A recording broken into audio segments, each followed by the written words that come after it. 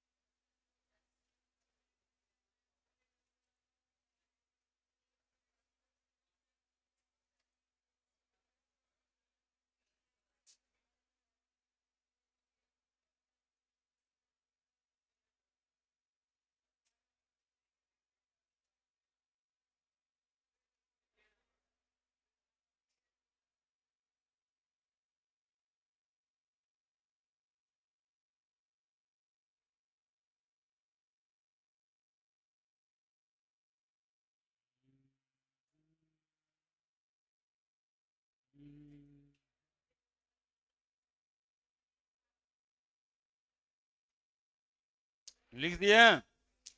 अरे अभी आए, जल्दी से उतारो क्वेश्चन, अपने बतियाने लग गए कि कैसे हो यार, ठीक ठाक आए कि नहीं आए। क्वेश्चन लिखो, हम बैठे हुए हैं, क्या आया तब लिखेगा।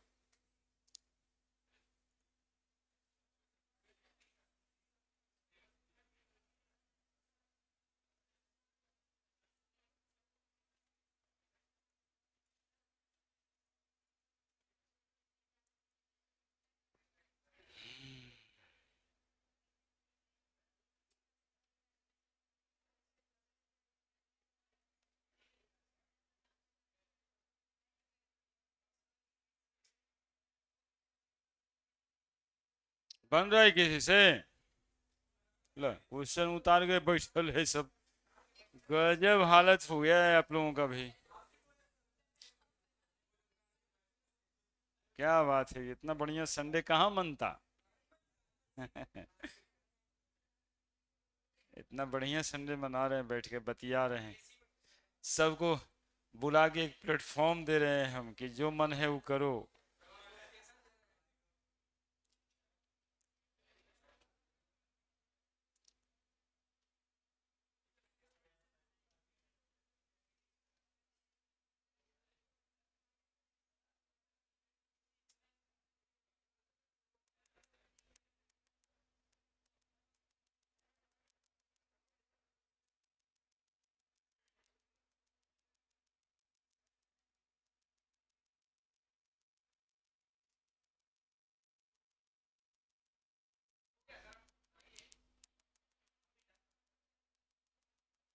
देखिए, देख रहे हैं ना, क्या बात है यार, क्या बात है,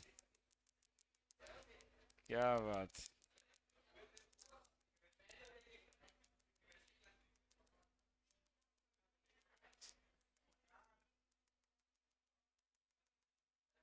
हम्म। देखिए, टू एलिमेंट है a and b, form compound a and b. ठीक है, दो एलिमेंट मिलके कंपाउंड बनाए, ए बी टू और ए बी फोर। लिख लिया सब।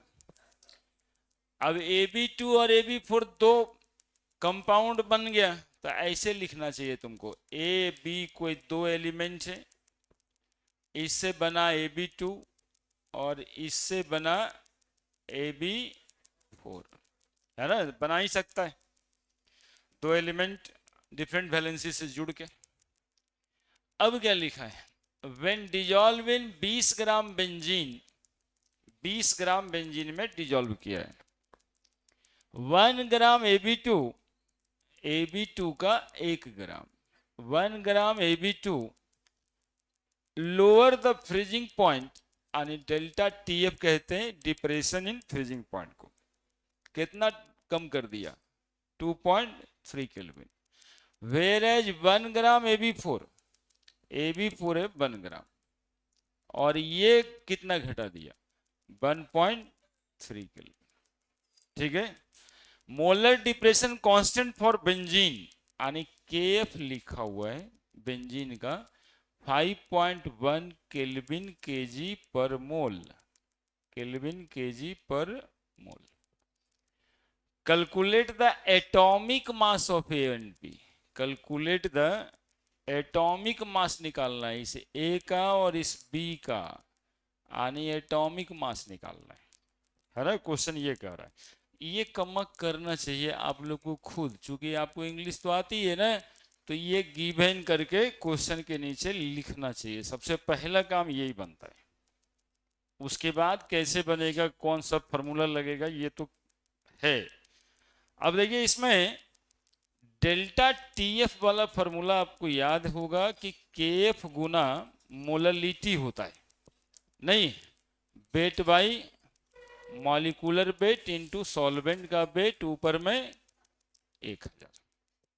ये फॉर्मूला लगता है जिससे डेल्टा टीएफ निकलता है। तो डेल्टा टीएफ तो ये दे ही रखा है। मॉलिक्यूलर मास यहीं पर इसमें काम है। ये मॉलिक्यूलर मास का क्या करेंगे, क्योंकि एटॉमिक मास ए और बी का पता नहीं है, ठीक है। तो लेट कर लेंगे, let the atomic mass of a b x and that of b by, ठीक है। तो AB2 का मॉलिक्यूलर मास कितना आ जाएगा, x प्लस 2 बाई, और साथ में AB4 का कितना आ जाएगा, x प्लस 4 बाई, और यही x बाई निकालना है, ठीक है। तो m के जगह पे एक बार लगा देंगे x प्लस 2 बाई, और दूसरा बार जब फिर लगाएंगे AB4 के लिए तो वहां पे लगा देंगे x प्लस 4 बाई, और दो इक्वेशन गेट करेंगे जिससे कि फिर x और y निकल जाएगा। बस इतना ही था सवाल में, है ना। ये सोचना चाहिए, इसी के लिए क्वेश्चन देके बैठे कि एटॉमिक मास पूछ रहा है, ये कोई लोअरिंग वगैरह नहीं पूछ रहा है। तो देखते हैं 2.3 केल्विन, केएफ दिया हुआ है 5.1, वेट 1 ग्राम, मॉलिक्यूलर मास x प्लस 2 पाई, सॉल्वेंट का वेट 20 ग्राम, 20 ग्राम बेंजीन में डिजोल्व किया है ना, दोनों में 20 ही ग्राम बेंजीन है, गुना ऊपर में कितना 1000, ठीक है। इस 1 ग्राम को भी 20 ग्राम बेंजीन में डिजोल्व किया है, और इस 1 ग्राम को भी 20 ग्राम बेंजीन में डिजोल्व किया, तब लोअरिंग 2.3 केल्विन का और वो 1.3 केल्विन का। तो करीब करीब काम हो गया। 20 बचे 100, कितना से 50 से। तो 2.3 बराबर 5.1 गुना 50 बाई x प्लस 2 बाई, तो x plus 2 by is equal to कितना 5.1 गुना 50 बाई 2.3। एक बार इसको सॉल्व करके बता दो।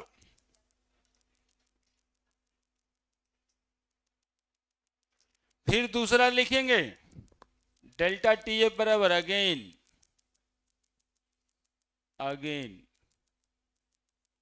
क्यों लिखे अगेन बताइए, weight by molecular weight into W into 1000। Again इसलिए लिखे कि दो तरह का सॉल्यूट है, एक AB2 है और एक AB4 है। तो फिर ये हो जाएगा 5.1, ये हो जाएगा 1.3 गुना W 1 ग्राम ही है, गुना 1000 बटा molecular mass x plus 4 by, solvent तो 20 ग्राम ही है, ठीक है। तो फिर से कट जाएगा 20 पचे 100 50, यानी 1.3 बराबर 5.1 गुना 50 बाई x प्लस 4 बाई। तो x प्लस 4 बाई बराबर इस बार कितना आ रहा है 5.1 गुना 50 बाई 1.3, इसके बराबर बताओ। तो अब फिर x बाई निकल जाएगा कि ना निकल जाएगा, सवाल बनता हुआ दिखाई दे रहा होगा। चलिए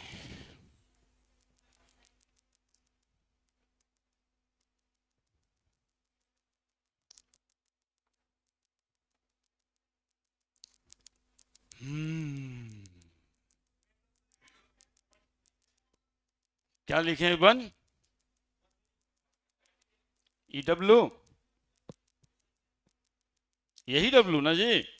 तो लिख ले सॉल्यूट का वेट 1 ग्राम है, तो क्या लिखते हैं? सॉल्यूट कितना ग्राम है? 1 ग्राम। सॉल्वेंट कितना है? 20 ग्राम।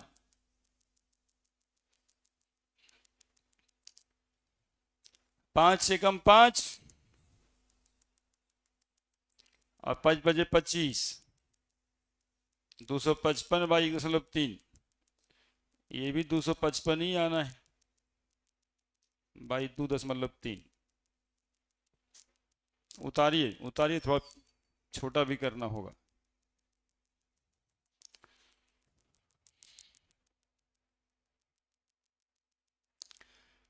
तो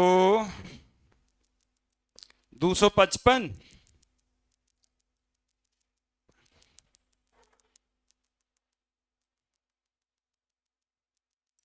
255 भागा 2.3, 110.8।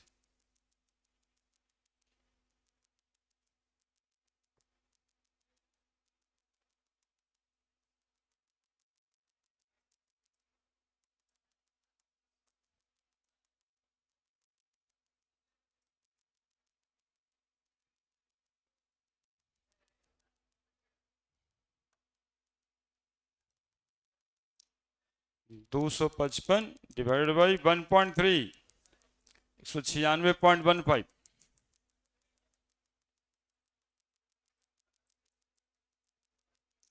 लिखिए जल्दी से।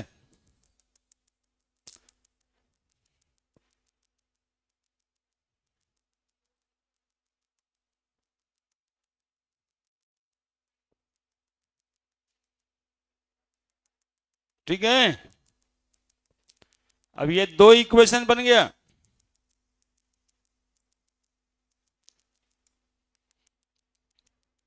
सिंस x + 2y बराबर 110.8 और x + 4y बराबर 196.15। अब ये दोनों आपको सिंपल वाला मैथ दिखाई दे रहा होगा, क्या नहीं दिखाई दे रहा है?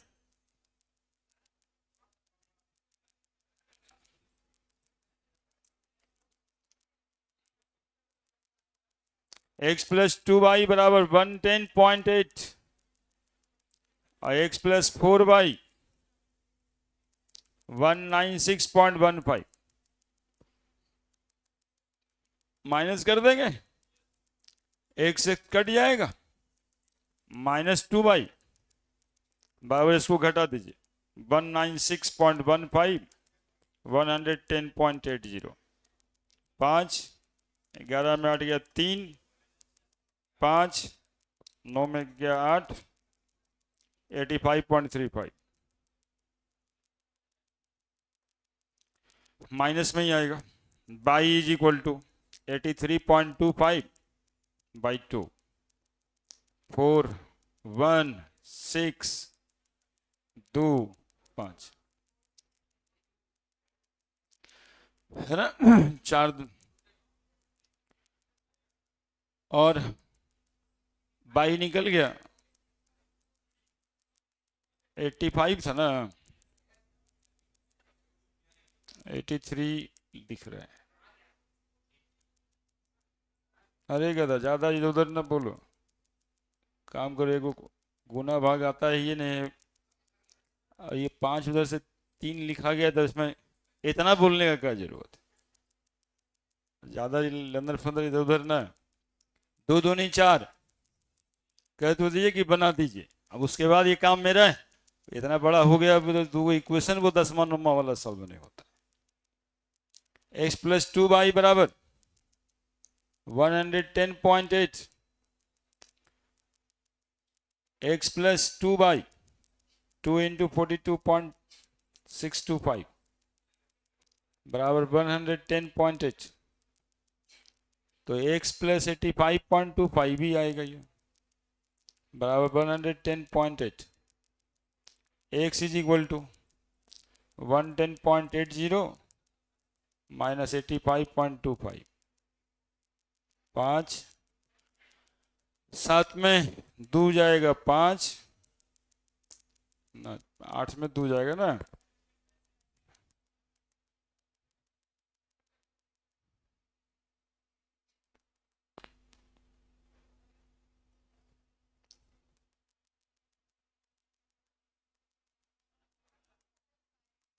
हाँ जी, दिखाई कम देता है जी। हमारे पास है ना समान है, तुम लोग अपना कैलकुलेट करो, अपना सही वाला लिखना, हम लिखते हैं 110.80 माइनस करना था, मतलब बहुत बड़का काम था। 85.25 25.55, ठीक तो है, 6 5 लिखें,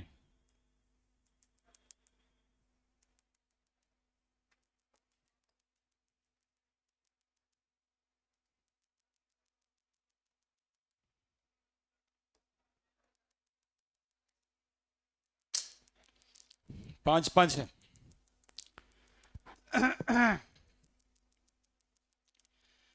ऊपर वाला बतवा समझ में आया?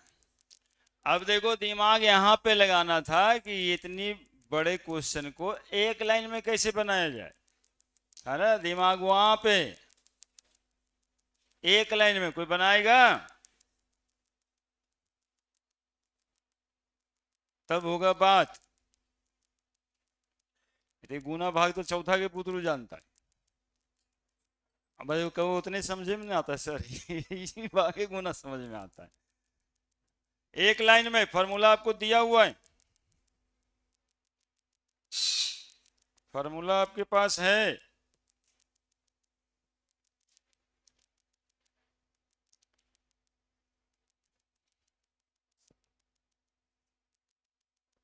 ये बोर्ड वाला मेथड था, यदि बोर्ड में आता है तो सवाल को ऐसे ही बनाना है।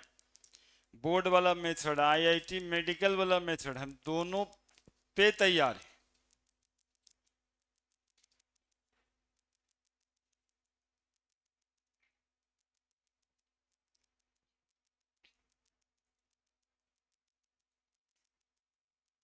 लिख दिया? हाँ भाई देखो लिख दिया तो आगे बढ़ेंगे।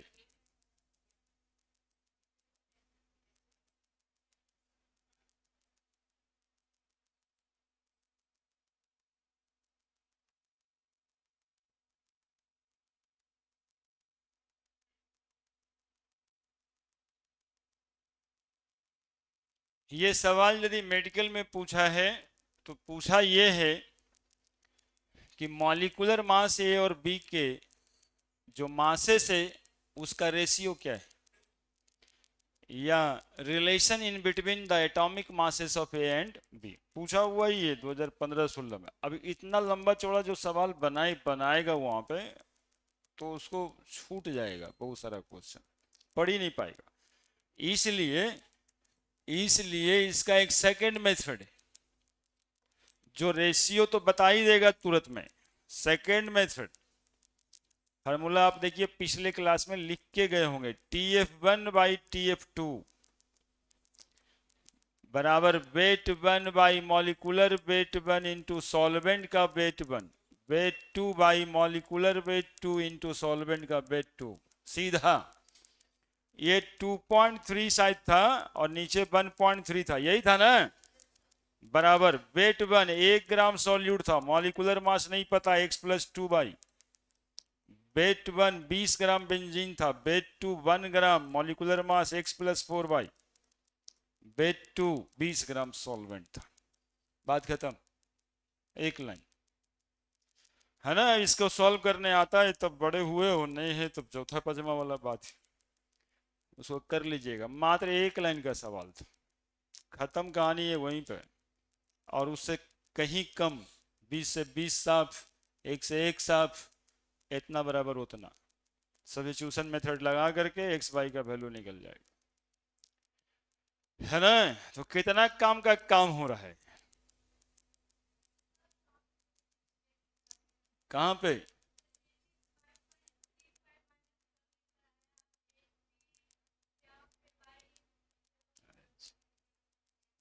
हुआ है। यहाँ 0 होगा तो 10 में 5 गया 5, फिर 8 5 दिख गया होगा यहाँ से, इसी वजह से ऐसा हुआ। तो ठीक है, 7 बज गया, 7 में से ये क्या आएगा 6 5, ये 6 5, 4 2 1 6, ये 8 हो जाएगा। ठीक है।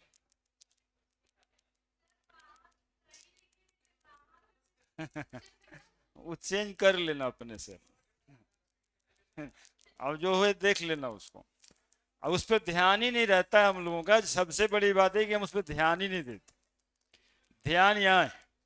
अब इसलिए थोड़ा सा इधर हो जाता है कभी में भी।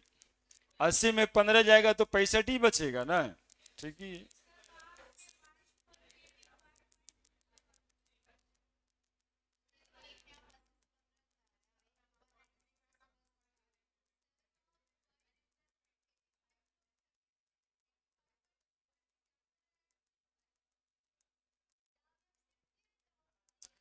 इतना घटाव में गड़बड़ी हो गया जी।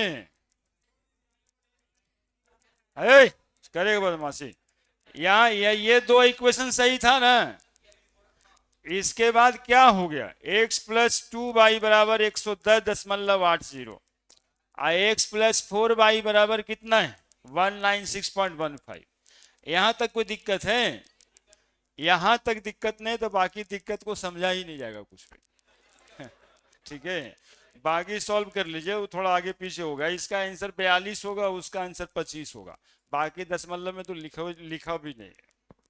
ठीक है, अब तुम लोग दशमलव के बाद 3 अंक पे जा रहा है ना। उसका 85 ही है, उसका 42 ही है। अब थोड़ा बहुत होगा तो सुधारिए उसको। 65 15 80 ठीक ही दिख रहा है वहां पे। 9 में 6 जाएगा, यहाँ घटाए है ना।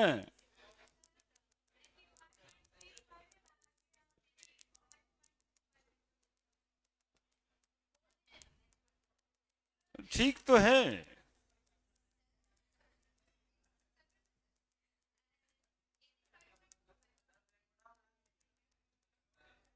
नहीं करेगा बदमाशी। गलती तो था ही नहीं, गलती था कहाँ, जो 3 पाई भी था, 3 पाई भी है। अरे इतना बड़ा मिस्टेक खोजती है। ठीक है, वो सब चलता है। आगे बढ़ी।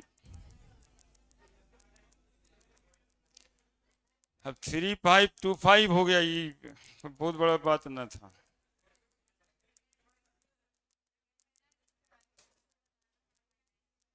थीम बदलेंगे।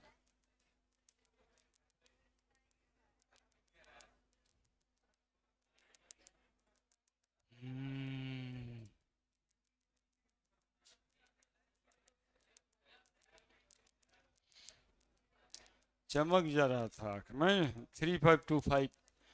अब देखिएगा, टॉपिक है ऑस्मोसिस एंड ऑस्मोटिक प्रेशर।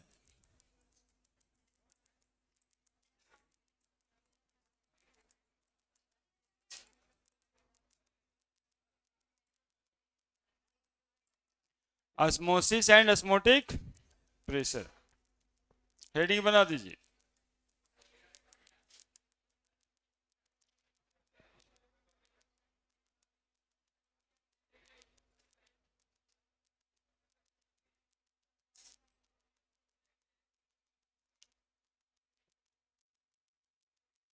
चौथा कॉलिगेटिव प्रॉपर्टीज है ये, ऑस्मोसिस एंड ऑस्मोटिक प्रेशर। अब क्या होता है ऑस्मोसिस, ये जानना है क्या होता है। किसी को पता है क्या? हाँ बताओ। ऑस्मोसिस और डिफ्यूजन नोमा दसमा से पढ़ना तो है। क्या होता है osmosis? Movement of water, movement of water. हाँ ठीक है, वाटर सॉल्वेंट ही है। ठीक है, ये देखो, आगे बोलो आगे बोलो। खाली मूवमेंट ऑफ वाटर बोलने से हो जाएगा क्या? हाई कंसंट्रेशन से, हाई कंसंट्रेशन से फिक्स ना। इतने आसान है ना। चलिए, हाई कंसंट्रेशन से कि लो कंसंट्रेशन से हाई कंसंट्रेशन? देखिए, और आगे, और आगे भी डिफिनीशन है।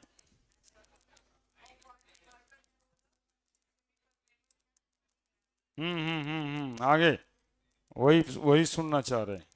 Semi permeable membrane. देखिए यहां पर पार्टीशन किए, दो अलग अलग सॉल्यूशन रखे हैं और पार्टीशन किए। ये है सेमी परमिएबल मेम्ब्रेन। सबसे पहले तो पार्टीशन करना है सेमी परमिएबल मेम्ब्रेन से, ठीक है। और एक तरफ लेना है high concentration solution, high concentration solution, और दूसरे तरफ लेना है लो कंसंट्रेशन सॉल्यूशन।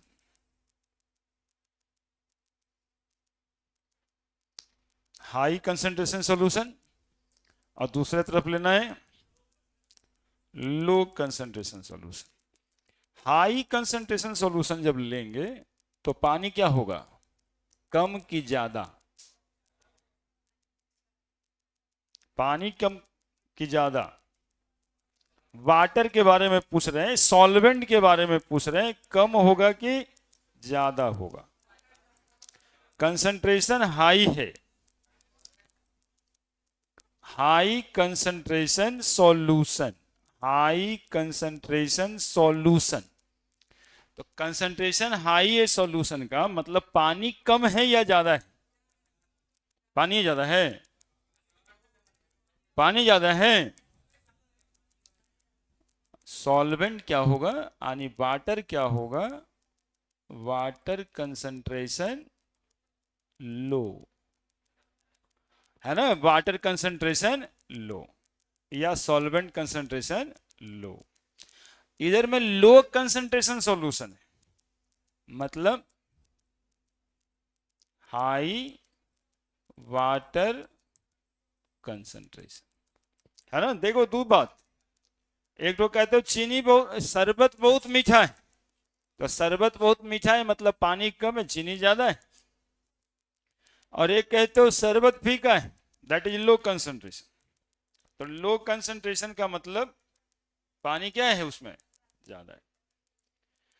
अब देखो थोड़ा सा और करेंगे तो हाई कंसंट्रेशन सॉल्यूशन को हाइपरटोनिक सॉल्यूशन कहा जाता है। कोना में क्यों जा रहे हैं? हाई कंसंट्रेशन सॉल्यूशन को क्या कहा जाता है, हाइपर टोनिक सॉल्यूशन कहा जाता है। और हाई वाटर कंसंट्रेशन लो कंसंट्रेशन सॉल्यूशन, इसको कहते हैं हाइपोटोनिक सॉल्यूशन कहते हैं, है ना। अब बता दो वाटर का मूवमेंट उधर से इधर, इधर से उधर, किधर से किधर होना है, किधर से किधर? जिधर वाटर कंसंट्रेशन लो है, क्या पानी उधर से मूव करेगा क्या? पानी कंसंट्रेशन जिधर ज्यादा है उधर से मूव करेगा ना। तो movement of water occurs from this side to that side, है ना। यही सीखने के लिए, यही सिखाने के लिए ये क्वेश्चन जो है ना एक बार ना 20-25 बार पूछा गया है अलग अलग टर्म में। क्योंकि आप लोग को रहता है यही बतवा, मूवमेंट हो रहा है तो हाई से लो कह देते फट से। हाई से लो यदि कह देते हैं तो देखिए हाई से लो कहां गया, हाई कंसंट्रेशन सॉल्यूशन में वाटर कंसंट्रेशन क्या रहता है, लो रहता है। तो पानी कम से ज्यादा में मूव करता है कभी क्या? जिधर ज्यादा पानी है उधर से कम पानी की तरफ मूव होगा। तो ऑस्मोसिस का डिफिनीशन आप देंगे, movement of solvent from the low concentration solution to high concentration solution across the semi permeable membrane until the concentration of both sides are equal, called as osmosis। दूसरा definition बनेगा, phenomenon of movement of water from high water concentration to low water concentration. High से low यदि जाना है तो साथ में क्या जोड़ना पड़ेगा? Water concentration, high water concentration to low water concentration across the semi permeable membrane until the concentration of water in both sides are equal. Movement of water from hypotonic solution to hypertonic solution. Movement of water from hypotonic solution to hypertonic solution across the semi permeable membrane until both the solution is isotonic. Phenomenon is called as osmosis. लिखिए, अब इसी का example रहता है कि चना पानी में रखने से फूल जाता है, किशमिश पानी में रखने से फूल जाता है। तो किशमिश में पानी का कमी है, पानी में रखे हैं तो मूवमेंट ऑफ वाटर, जहां पानी ज्यादा है वहां से किशमिश में पानी कम है, चला गया, पानी ज्यादा से पानी कम में चला गया।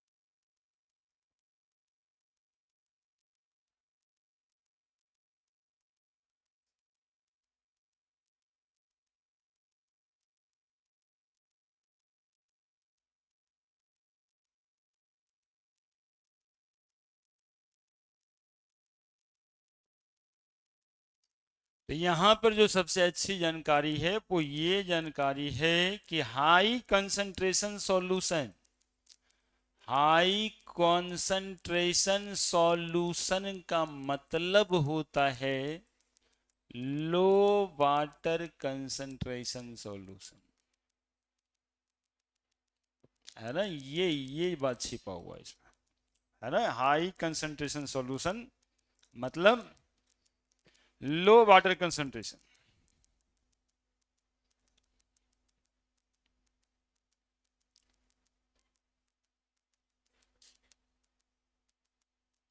बायोलॉजी में भी आता है जी, मेडिकल के बायोलॉजी वाले सेक्शन में भी ये क्वेश्चन आता है, और हर बार वो क्वेश्चन सब बच्चा कंफर्म में सही बनाता है, लेकिन होता है 10 से 5% का सही, कारण कि वो ऑप्शन में ये तीन बात घुमाते रहता है, कभी हाई कंसंट्रेशन सॉल्यूशन लिख देता है, कभी हाई वाटर कंसंट्रेशन लिख देता है, दोनों बात उल्टा है।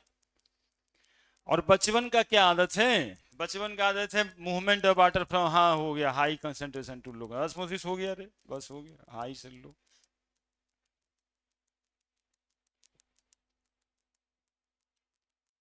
इसीलिए इस बात पे इतना जी रहा है ना? यदि भूल जाइए तो आप याद रखिए वैसे कि चना को जब पानी में हम फुलाते हैं तो वो फूल जाता है, तो चना में पानी कम है ना, पानी में रखे हैं तो वहां पानी ज्यादा है, तो जहां पानी ज्यादा है वहां से पानी मूव कर जाता है जहां पानी कम है, और उसी बात को हाई कंसंट्रेशन लो कंसंट्रेशन में देखना।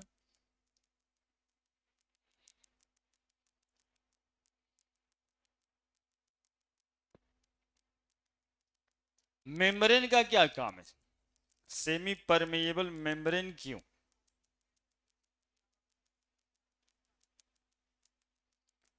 मेम्ब्रेन तीन तरह का होता है, एक होता है परमेएबल, एक होता है सेमी परमेएबल, और एक होता है इम्परमेएबल।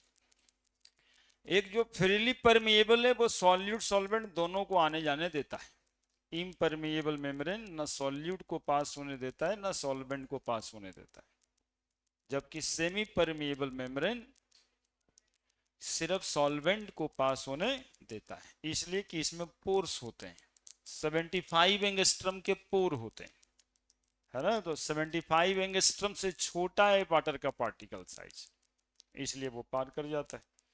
कोई सॉल्यूट होगा तो 75 एंगस्ट्रम से साइज में बड़ा होगा, उस बड़ा होने की वजह से वो उसमें आर पार नहीं जाता है। ये सब बातें लिखेंगे। फोटो बन गया? चलिए, phenomenon of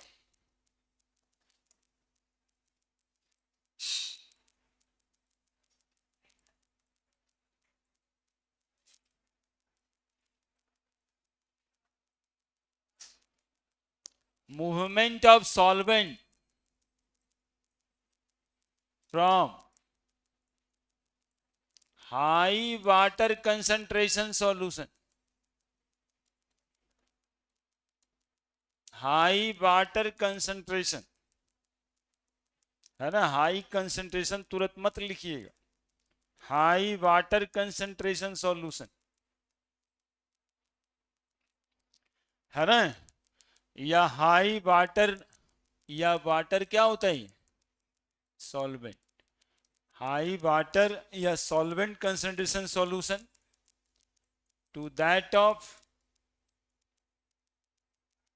लो सॉल्वेंट या water concentration solution across the semi permeable membrane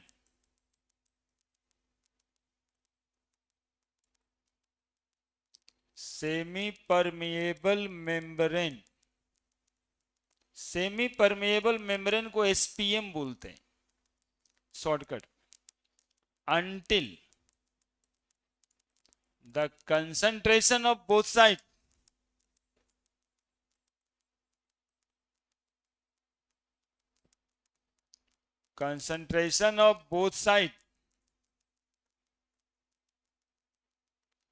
are equal,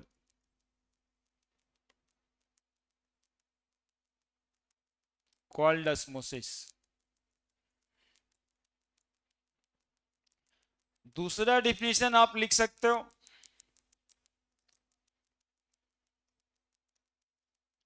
phenomenon of movement of solvent from low concentration solution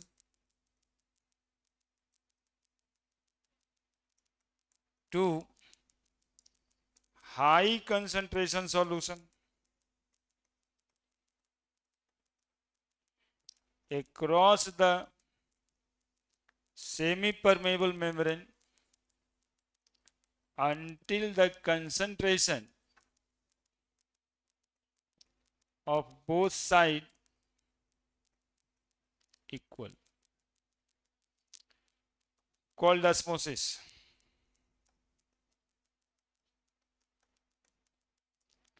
तीसरा डिफिनेशन लिख सकते हो,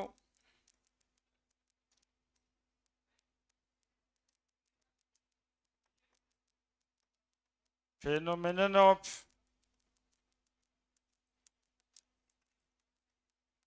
movement of water या solvent from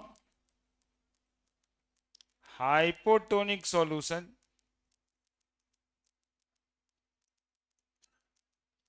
to that of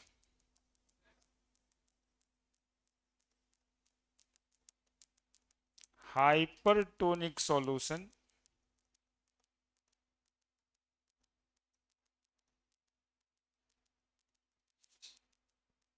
across the semi permeable membrane until both the solution is isotonic,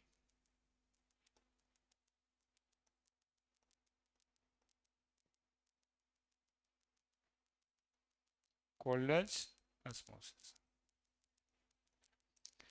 तीन तरह का definition लिखें, ये तीनों नेशनल लैंग्वेजेज हैं, ठीक है, खाली हाई और लो करने के से नहीं होगा, क्या हाई और क्या लो,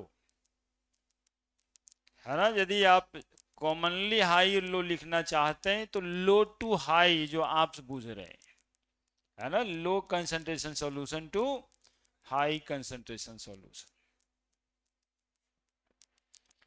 across the semi permeable membrane.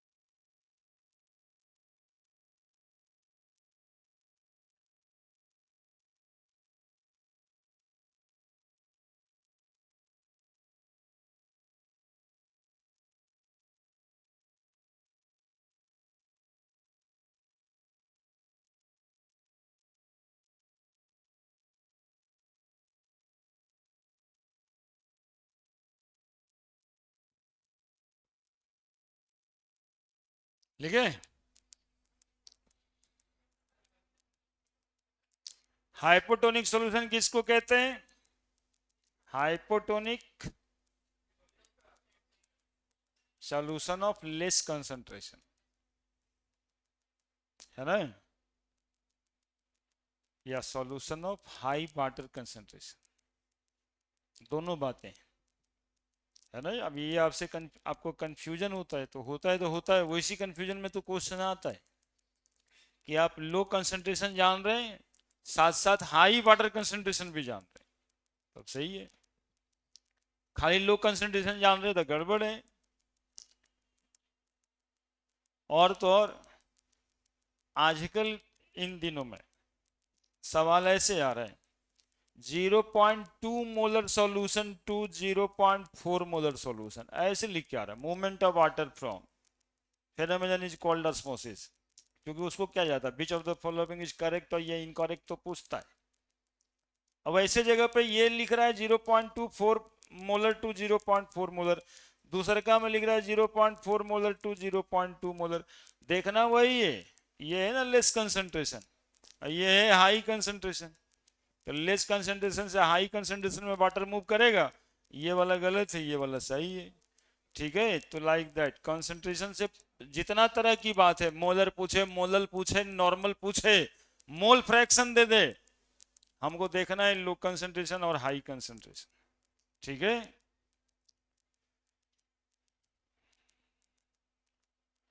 अब देखिए आप हाइपोटोनिक सॉल्यूशन अलग से लिख देते हैं, मैथ वाले बच्चे को जरूरत पड़ेगा, हाइपरटोनिक, बायोलॉजी का लैंग्वेज है ये, हाइपरटोनिक सॉल्यूशन, बायोलॉजी वाले बुक में लिखा रहता है हाइपरटोनिक, हाइपोटोनिक और आइसोटोनिक। हाइपर का मतलब ही होता है ज्यादा, है ना, हाइपर का मतलब होता है ज्यादा, हाई कंसंट्रेशन, तो हाइपरटोनिक सॉल्यूशन मतलब high concentration, high concentration solution, hypotonic solution, hypotonic solution, hypotonic, hypo का मतलब कम, लेस, है ना, तो less concentration solution, less concentration solution. और तीसरा है आइसोटोनिक,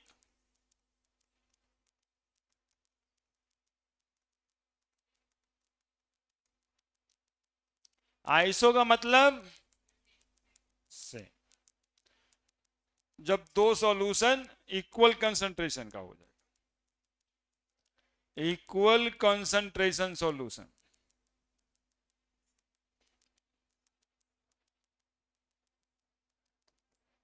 है ना।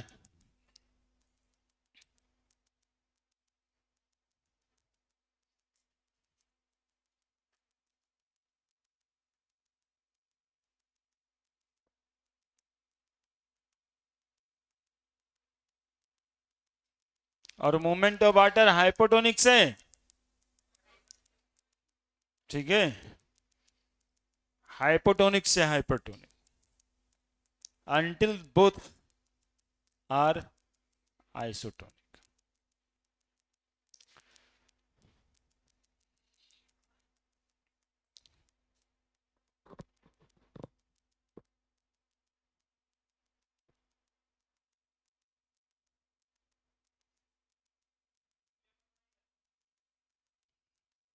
पढ़ाएंगे पढ़ाएंगे, आता है, समय आएगा।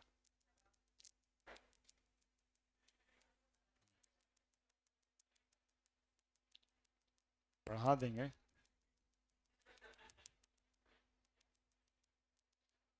नहीं तो बढ़िया है ना, बच्चे में क्यूरियोसिटी जाग रही है कि वो चैप्टर के पढ़ना है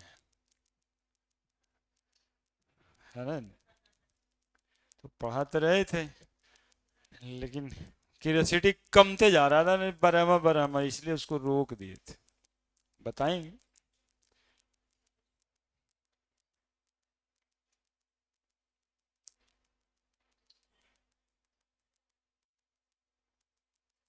क्या हो गया बच्चे, क्या स्टेटमेंट है उसका, क्या है बताओ।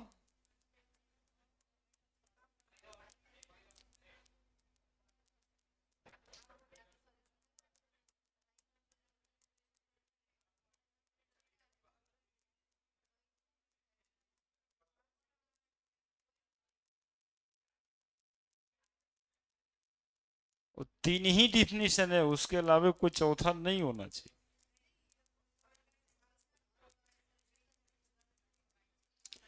हाई कंसंट्रेशन सॉल्यूशन का मतलब, एक बार और समझ लो, दिक्कत नहीं होना चाहिए।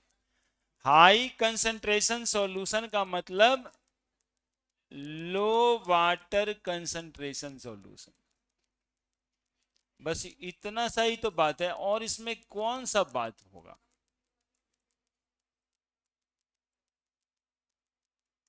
क्या। और लेस कंसंट्रेशन सॉल्यूशन का मतलब हाई वाटर कंसंट्रेशन सॉल्यूशन। यही दो लैंग्वेज ना चलना चाहिए, बाकी कोई लैंग्वेज है तो कंफ्यूजन वाला ही तो होगा, है ना। जिस सॉल्यूशन का कंसंट्रेशन हाई है, इसका मतलब है कि उसमें पानी कम है, और जिस सॉल्यूशन का कंसंट्रेशन लेस है, उसका मतलब है कि पानी ज्यादा है।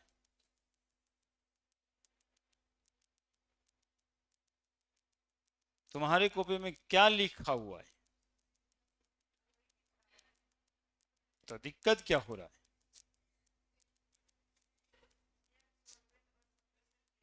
हाँ,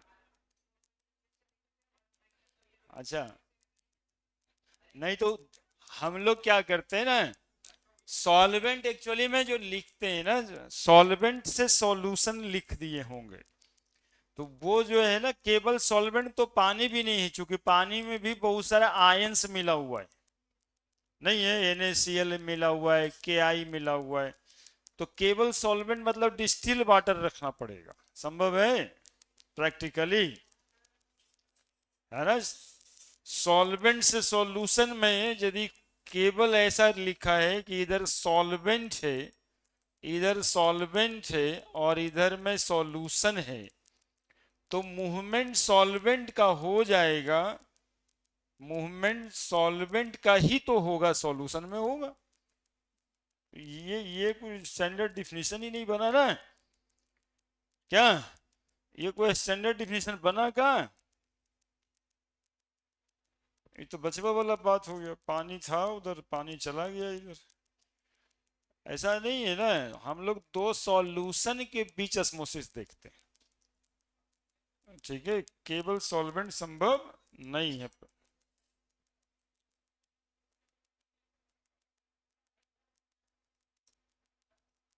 हम्म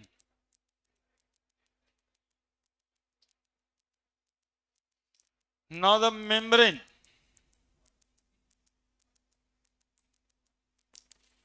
मेम्ब्रेन तीन तरह का,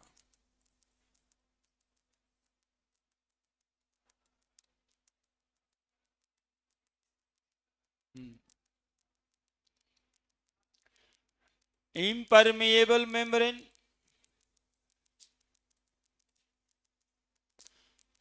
impermeable membrane,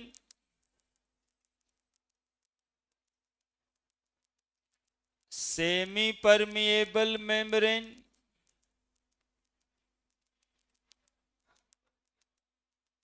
semi permeable membrane को और भी कहा जाता है एक लाइन, सेलेक्टिव परमिएबल मेम्ब्रेन।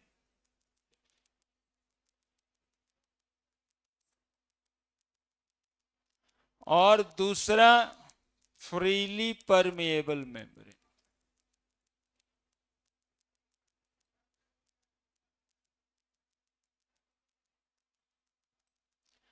है ना, देखो इम्परमिएबल मेम्ब्रेन बायोलॉजी है, थोड़ा सा ही है, जो मेम्ब्रेन ना तो सॉल्यूट को पास होने दे ना सॉल्वेंट को, सॉल्यूट जा पाएगा नहीं, सॉल्वेंट जा पाएगा नहीं, ठीक है। सेमी परमिएबल मेम्ब्रेन, जिसमें बात ये होता है ना बच्चा कि इसमें जो है ना पोर्स होते हैं। दादाजी का धोती देखा है, दादाजी का धोती देखा है, पहले के जमाने में चाय छानने के लिए दादाजी के पास चाय छन्नी नहीं रहता था ना, तो धोती में चाय छान देते थे। तो धोती में जब चाय छान देते थे तो चाय पत्ती सब ऊपर रह जाता था और चाय नीचे गिर जाता था। इसका मतलब ये था कि धोती में जो पोर्स था ना वो चाय को तो अलाउ करता था लेकिन चाय पत्ती को अलाउ नहीं करता था। मतलब वहां से समझ सकते हैं कि सॉल्वेंट को अलाउ करता था और सॉल्यूट को अलाउ नहीं करता था। तो क्यों ऐसा होता था? चूंकि धोती का पोर साइज, धोती में छेद था, माइन्यूट होल था जो सॉल्वेंट को पास होता था। यहाँ पे वही बात है, सॉल्वेंट को अलाउ करता है, सॉल्वेंट को अलाउ करता है या वाटर को अलाउ करता है। चूंकि चूंकि इसमें पोर साइज है, कितना बड़ा पोर है 75 एंगस्ट्रम का, यानी 75 into 10 to the power -10 metre, इतना बड़ा छेद है इसमें। वाटर का पार्टिकल साइज इससे छोटा है, इसलिए वाटर आर पार हो जाता है। लेकिन सॉल्यूट, चूंकि कोई भी सॉल्यूट होगा तो सॉल्यूट का डिफिनीशन ही है इसके पार्टिकल साइज बड़े होंगे, तो ये आर पार नहीं हो पाएगा। तो इसीलिए हम लोग लिखते हैं movement of solvent, movement of water, न कि मूवमेंट ऑफ सॉल्यूट। और फ्रीली परमेबल मेम्ब्रेन जिसमें सॉल्यूट भी पार कर जाए और सॉल्वेंट भी पार करे, है ना। जैसे चाय चाय छानने वाला फट गया है, चायू निकल गया, चाय पत्तियों 10 को गिर गया नीचे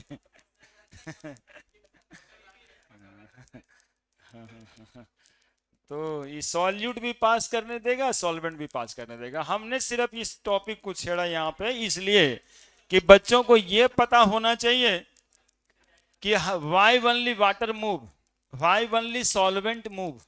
तो सॉल्वेंट इसलिए मूव करता है कि सॉल्वेंट के पार्टिकल साइज 75 एंगस्ट्रम से कम होते हैं, सॉल्यूट का पार्टिकल साइज 75 एंगस्ट्रम से ज्यादा होता है। इसलिए सॉल्यूट पार्टिकल का मूवमेंट नहीं है, सिर्फ किसका मूवमेंट है, सॉल्वेंट पार्टिकल। इसीलिए इसको सेलेक्टिव मेम्ब्रेन भी कहते हैं, यानी पार्टिकल को सेलेक्ट होकर के पास होने देता है। इसमें लिखना क्या है, समझ ही गया होगा।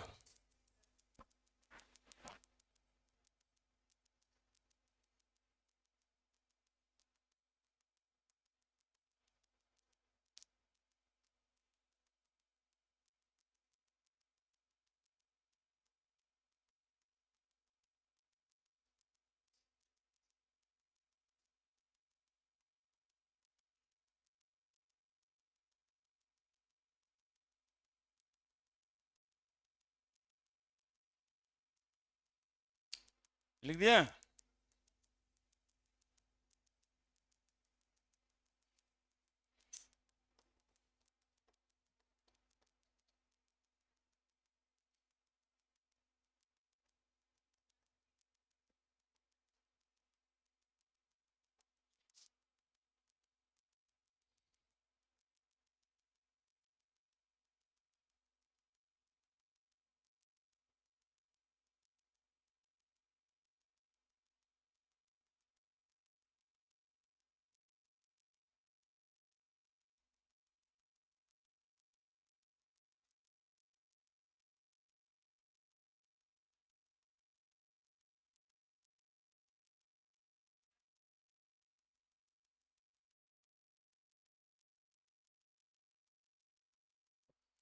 सॉल्वेंट या water molecule has particle size less than 75 angstrom.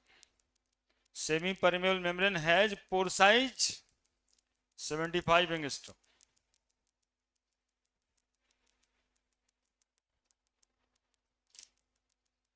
ऐसी बैठल है यार।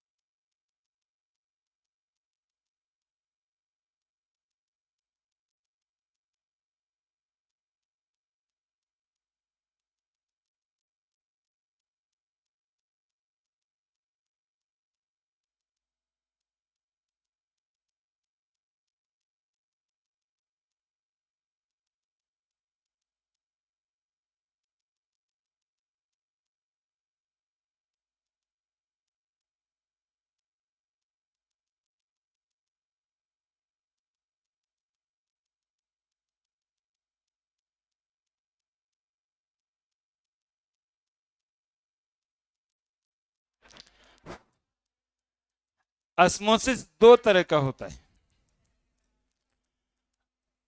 Osmosis is of two type.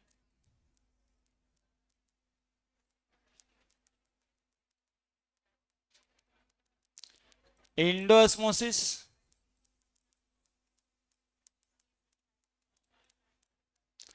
Exosmosis,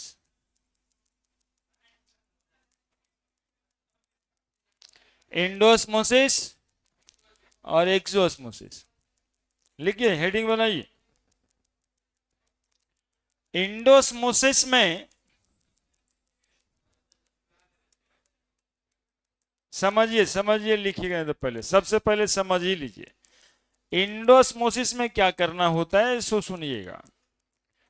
cell, cell समझते होंगे, सेल, कभी कभी आरबीसी डब्ल्यूबीसी, कभी अंडा भी ले लेता है। कहता है इसको प्लेस कर दिए, एक सेल को प्लेस कर दिए हाइपोटोनिक सॉल्यूशन में या फिर हाइपरटोनिक सॉल्यूशन में, तब क्या होगा? उसी सवाल का जवाब है। एक सेल को ये प्लेस कर दिया वाटर में, फिलहाल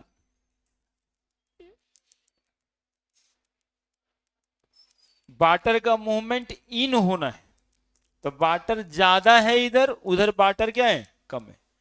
तो वाटर ज्यादा है मतलब कौन सा सॉल्यूशन? Hypotonic solution. यानी एक सेल को प्लेस कर दिया, ये सेल है, सेल को प्लेस कर दिया कैसे? सॉल्यूशन में। तो movement of water into the cell, movement of water into the cell,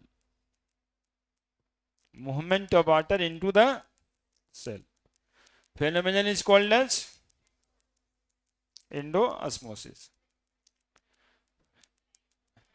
cell है, इसको प्लेस कर देंगे हाइपोटोनिक सॉल्यूशन में।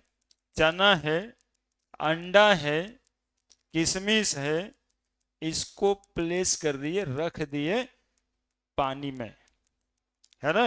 एक्चुअली में पानी जो बोलते हैं हम लोग, वो एक्चुअली में सॉल्वेंट कंप्लीट नहीं है, उस पानी में भी आयंस मिले हुए हैं, नमक है, तो सॉल्यूशन ही बोलेंगे ना, हाइपोटोनिक सॉल्यूशन कह दीजिए, ठीक है।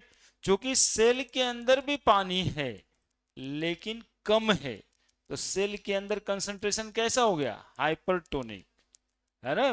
कैसा कंसंट्रेशन हो गया इसके अंदर? हाइपरटोनिक। बाहर क्या है? हाइपोटोनिक। तो वाटर का मूवमेंट क्या हो जाएगा? इनटू द सेल, इससे सेल का साइज बड़ा हो जाए। Phenomenon is called as endosmosis. दूसरा देखिएगा, सेल है और सेल को इस बार प्लेस कर दिए हाइपरटोनिक सॉल्यूशन में। कैसे सॉल्यूशन में? हाइपरटोनिक सॉल्यूशन का मतलब नमक वाला सॉल्यूशन मान लीजिए। ये समझिए, एक बात बताते हैं, ये आम वाला अचार बनाने वाला सेल है, मानिए आम का जो एक पीस होता है ना अचार बनाने में, और उसको हम लोग नमक वाले सॉल्यूशन में डालते हैं, हल्दी उल्दी लगा करके, ये नमक वाला सॉल्यूशन है, और ये अचार वाला आम है। अब क्या हो जाएगा? Movement of water out from the cell. और आम जो देखते होंगे पहले से तना तना बढ़िया फूला फूला आम रहता है, वो सूख के क्या बन जाता है? अचार। तो सूखा कैसे? सूखा कैसे? मतलब वाटर का मूवमेंट सेल से बाहर हो। फेनोमेनन को क्या कहते हैं? एक्सोस्मोसिस, है ना। Phenomenon of movement of water out from the cell when placed in hypertonic solution called as exosmosis। तो सेल के अंदर जो यहां पर है वो हाइपोटोनिक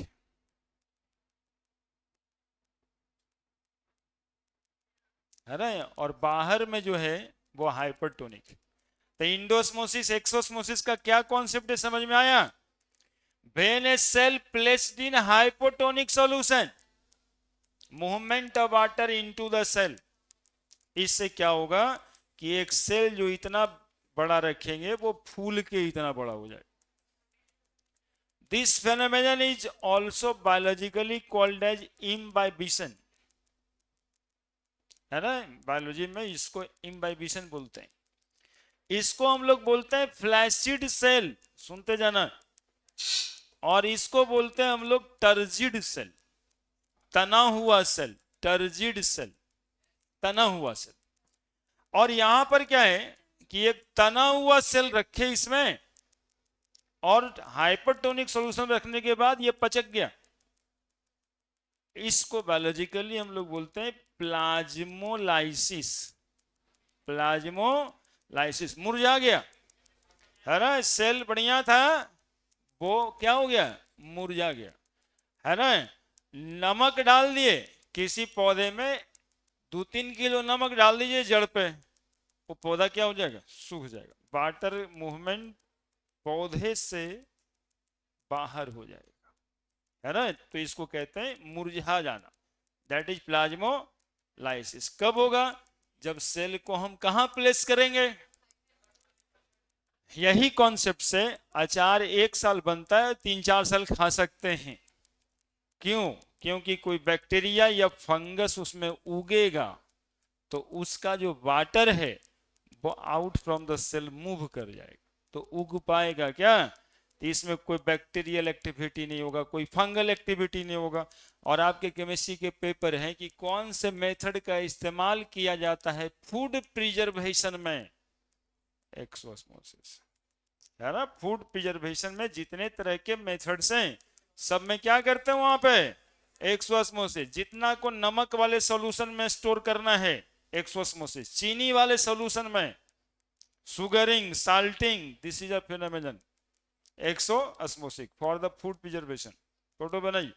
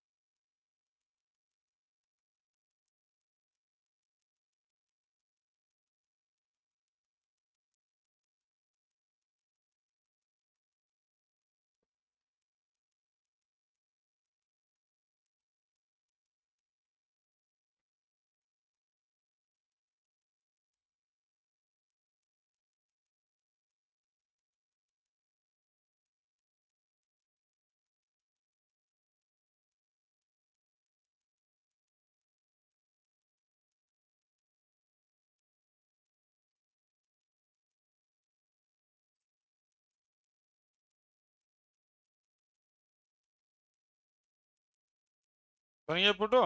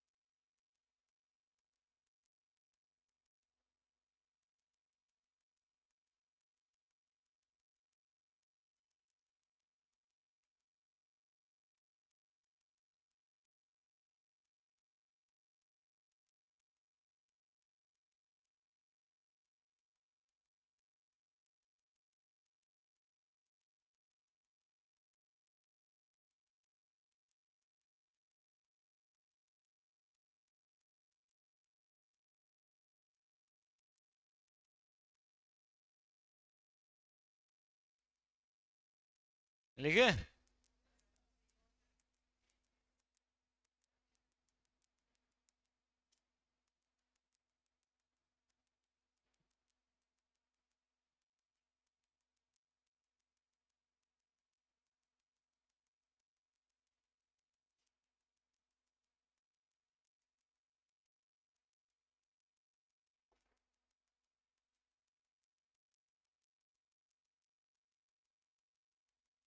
क्या लिख दिया जाए यहाँ पे? Phenomenon of movement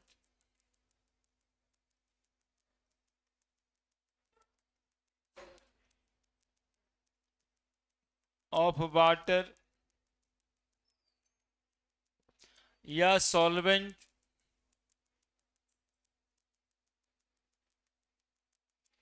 into the cell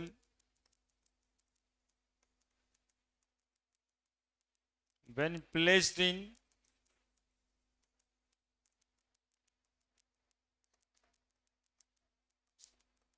hypotonic solution called as endosmosis.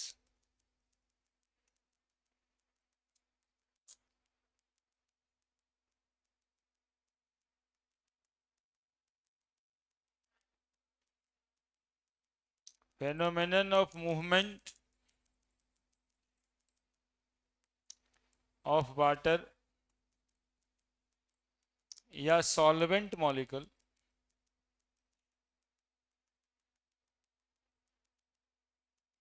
out from the cell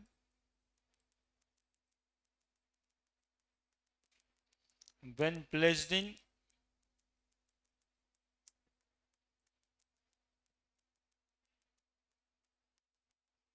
hypertonic solution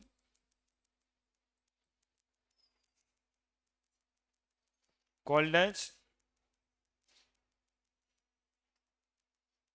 exosmosis.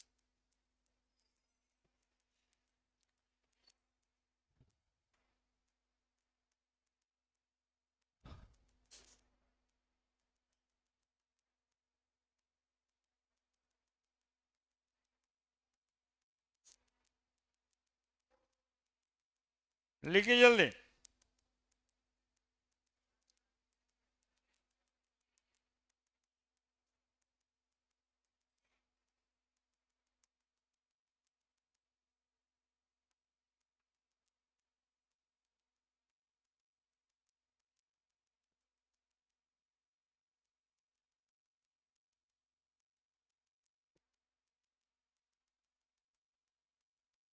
इंडोस्मोसिस से होगा क्या? तो सेल का इम्बाइबिशन होगा, सेल स्वेल कर जाएगा,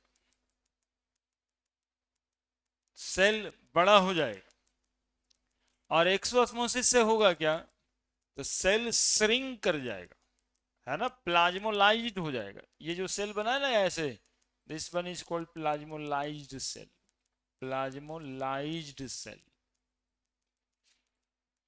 सिकुड़ा हुआ, जैसे आम का अचार।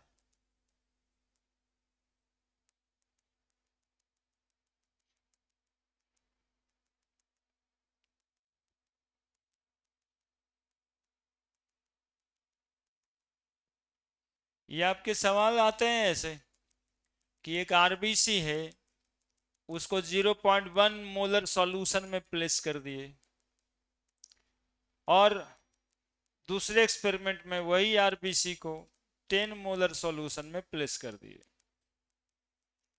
तो पहले में क्या होगा और दूसरे में ऑब्जर्वेशन क्या होगा? तो आपको देखना है कि कौन सा लेस कंसंट्रेशन वाला सॉल्यूशन था। जहां लेस कंसंट्रेशन वाला था वहां पे वो स्वेल कर जाएगा, और जहां पे हाई कंसंट्रेशन वाला है वहां पे वो श्रिंक कर जाएगा, है ना। तो आपको लिखना वहां पे स्वेल कर जाएगा, यहां पे श्रिंक कर जाएगा, ठीक है।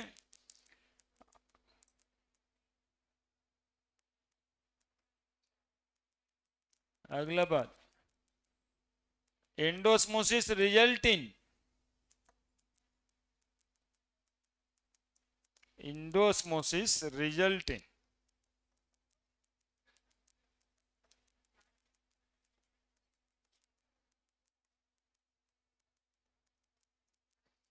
एंडोस्मोसिस रिजल्ट इन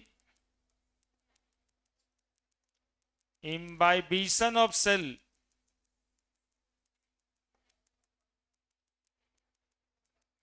हिंदी में बोले तो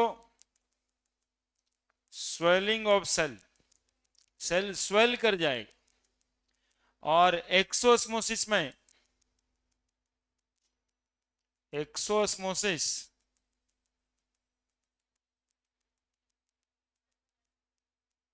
result in plasmolysis plasmolysis of cell, और हिंदी में बोले तो श्रिंकिंग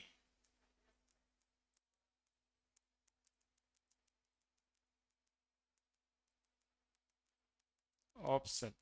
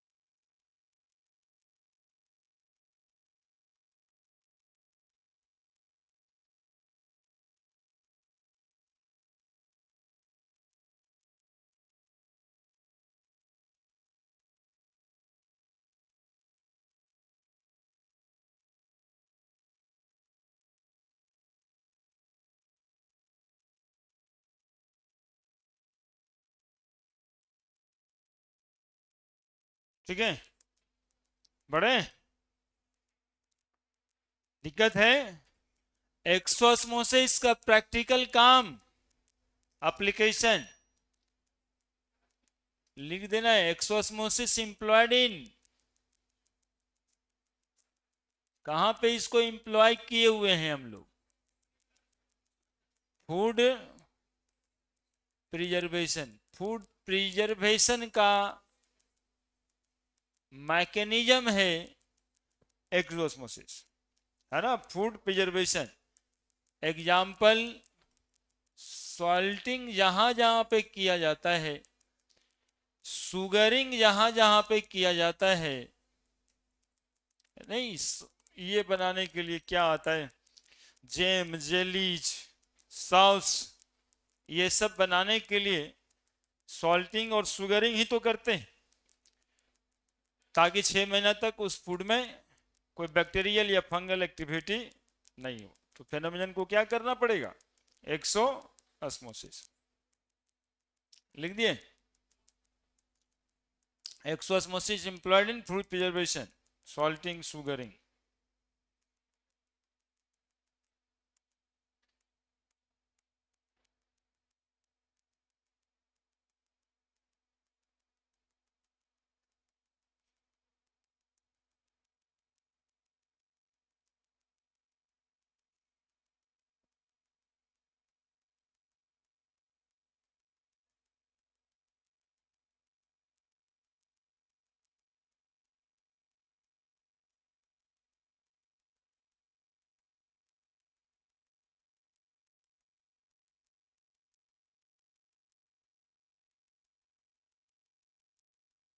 बड़े अब देखो प्रेशर कॉन्सेप्ट, क्योंकि हमको जाना है ऑस्मोटिक प्रेशर पे ही, उससे पहले क्या प्रेशर कॉन्सेप्ट ऑफ ऑस्मोसिस है, प्रेशर कॉन्सेप्ट ऑफ ऑस्मोसिस।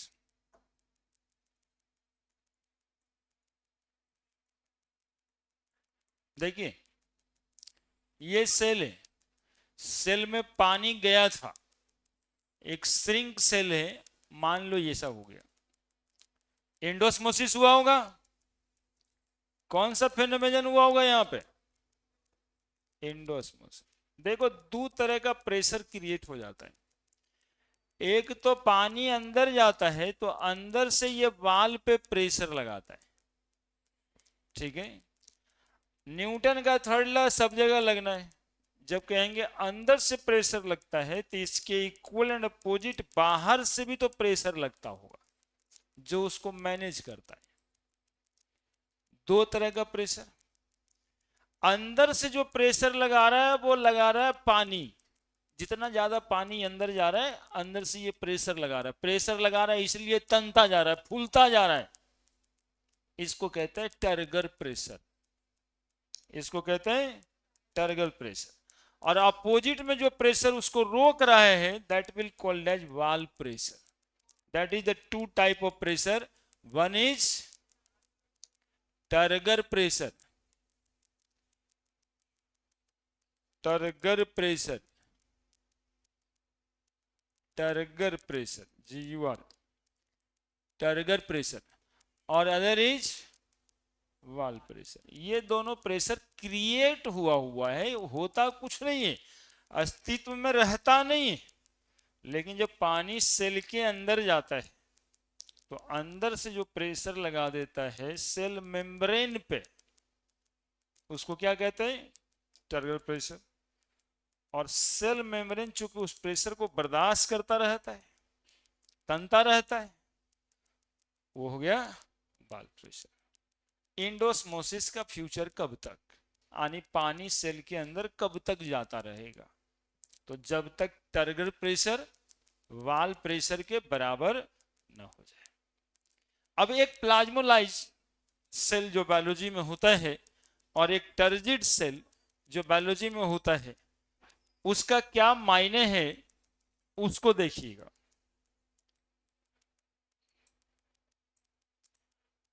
सुनिएगा, टर्गर प्रेशर किसको कहे, जो पानी प्रेशर लगाया है अंदर से उसको कहे टर्गर प्रेशर, TP लिखेंगे। और जो बाहर से लगा वाल्व प्रेशर। देखो, if turgor pressure is less than wall pressure, cell को प्लाज्मोलाइज सिकुड़ा हुआ सेल बोलेंगे, तना हुआ सेल बोलेंगे, क्या बोलेंगे तो सोच के बताओ। टर्गर प्रेशर कम है और वाल्व प्रेशर सिकुड़ा हुआ होगा, ऐसे सेल को बोला जाएगा प्लाज्मोलाइज्ड सेल। और सेल श्रिंकिंग, ऐसे केस में होगा क्या, सेल श्रिंकिंग होगा। और ऐसे केस में इंडोस्मोसिस होगा या नहीं होगा, तो इंडोस्मोसिस अकर नहीं होगा, इंडोस्मोसिस होगा, प्लाज्मोलाइज्ड सेल है क्या। रुकिए, इसमें पानी अंदर आएगा, टर्गर प्रेशर कम है, टर्गर प्रेशर कम है और वाल्व प्रेशर ज्यादा है, तब ना ये सेल झुका हुआ है, प्लाज्मोलाइज्ड सेल है। इसमें क्या होता है, इंडोस्मोसिस, ठीक है। Turgor pressure greater than wall pressure, बताओ ये अंदर वाला प्रेशर ज्यादा है किससे, अरे ये सब काहे कुत्ता कमना की तरह बाहर है। एगो 3 गो मीटिंग करके आया, बाथरूम में मीटिंग किया था, फिर वो 3 ठो कहा जा तू लोग कर भी ले, गधा है। Turgor pressure greater than wall pressure, देखो अंदर से प्रेशर ज्यादा है तो ऐसे में सेल क्या हो जाएगा, फट जाएगा, सेल ब्रस्ट कर जाएगा। तो यहां पे लिखेंगे सेल ब्रस्ट, है ना। और turgor pressure valve pressure, turgor pressure यदि इक्वल टू वाल्व प्रेशर है तब क्या होगा, movement of water is in equilibrium, जितना पानी अंदर आएगा उतना ही पानी बाहर जाएगा। एक मतलब एक तना हुआ सेल, अब इसमें और ज्यादा कुछ हो ही नहीं रहा है, तो कुछ नहीं हो रहा है तो सेल है ना, तो सेल मेम्ब्रेन होगा, और सेल मेम्ब्रेन होगा तो छेद तो होगा ही ना, 75 एंगस्ट्रम का छेद तो होगा ही इसके अंदर। तो वाटर का मूवमेंट क्या होगा, जितना पानी अंदर आएगा उतना ही पानी बाहर जाएगा। तो movement of water is in equilibrium, movement of water is in equilibrium, है ना। तो मात्र इंडोस्मोसिस का एक केस बनता है, कब होता है इंडोस्मोसिस, जब टर्गर प्रेशर लेस देन बाल प्रेशर है। ये देखिए आईटी का सवाल होगा 2019 या 20 का। कितना अंदर से बात करता है। इंडोस्मोसिस कब होता है? जब टर्गर प्रेशर लेस देन बाल प्रेशर होता है, या टर्गर प्रेशर इक्वल टू बाल प्रेशर होता है, या टर्गर प्रेशर ग्रेटर देन बाल प्रेशर होता है। अब ये सवाल, इसके लिए मेहनत करना होता है। हाँ, तो उतना आसानी से ना आएगा सवाल। आईटी का रहता, बैठल रहते हो बोर्डो के लायक नहीं। अरे बैठल रहेगा बोर्डो के लायक नहीं, आ सवाल आईटी का समझ में आ जाए।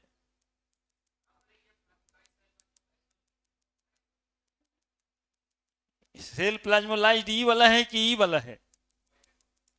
पहले ई वाला ना है क्या? तो जब टर्गर प्रेशर लेस देन बाल प्रेशर है तब ना ये वाला है। टर्गर प्रेशर लेस है, पानी अंदर से प्रेशर कम लगा रहता है ना, तो झिकुर जाएगा। तुम्हारा सेल झिकुरेगा कब? जब बाहर वाला प्रेशर दबा दिया है। तो ऐसे नहीं इंडोस्मोसिस होगा, ताकि तन जाओ फिर से पानी वानी पी के, है ना।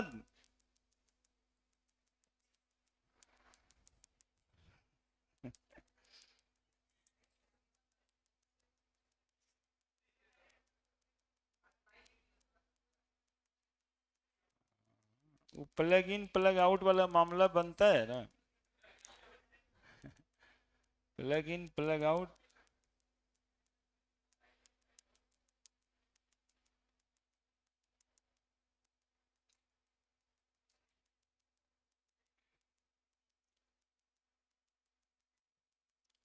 है ना। एक बार बता देते हैं फिर देखो। इसको इसको कहते हैं क्या? कौन सा सेल है ये सेल कैसा सेल है? प्लाज्मोलाइज्ड सेल है। क्यों प्लाज्मोलाइज्ड है? क्योंकि टर्गर प्रेशर इसका कम है और वाल प्रेशर ज्यादा है। आपकी भी स्किन में जब क्या आएगा, श्रिंकिंग आएगा ना, नहीं कहते झिकुर गया है ना। तो यही होता है कि अंदर से प्रेशर जो है वो नहीं दे पाता, और बाहर वाला प्रेशर तो है ही है हमेशा। तो टर्गर प्रेशर लेस देन हो गया है बाल प्रेशर, तो सेल श्रिंक रखता है। तो इसको प्लाज्मोलाइज सेल कहते हैं, इसको सेल श्रिंकिंग कहते हैं। ठीक है, सेल श्रिंकिंग तभी होता है। और ऐसे ही सेल में इंडोस्मोसिस की जरूरत होती है। अब देख रहे हो किशमिश कैसा चिपटा सिकुड़ा हुआ रहता है, पानी में डाल दो देखो कैसे तन जाता फूल करके, है ना। जैसे लग रहा है कि तुमको पटक देगा कल सुबह होके। मतलब इसका फ्यूचर कब तक? जब तक टर्गर प्रेशर बाल प्रेशर के बराबर नहीं हो जाता है इंडोस्मोसिस होता रहता है। क्या? इंडोस्मोसिस कब तक होता रहता है? जब तक टर्गर प्रेशर बाल प्रेशर के बराबर नहीं हो जाए। तो ग्रेटर लिख दिए थे, है ना। टर्गर प्रेशर बाल प्रेशर के बराबर होता है तब तक ये चलता रहता है।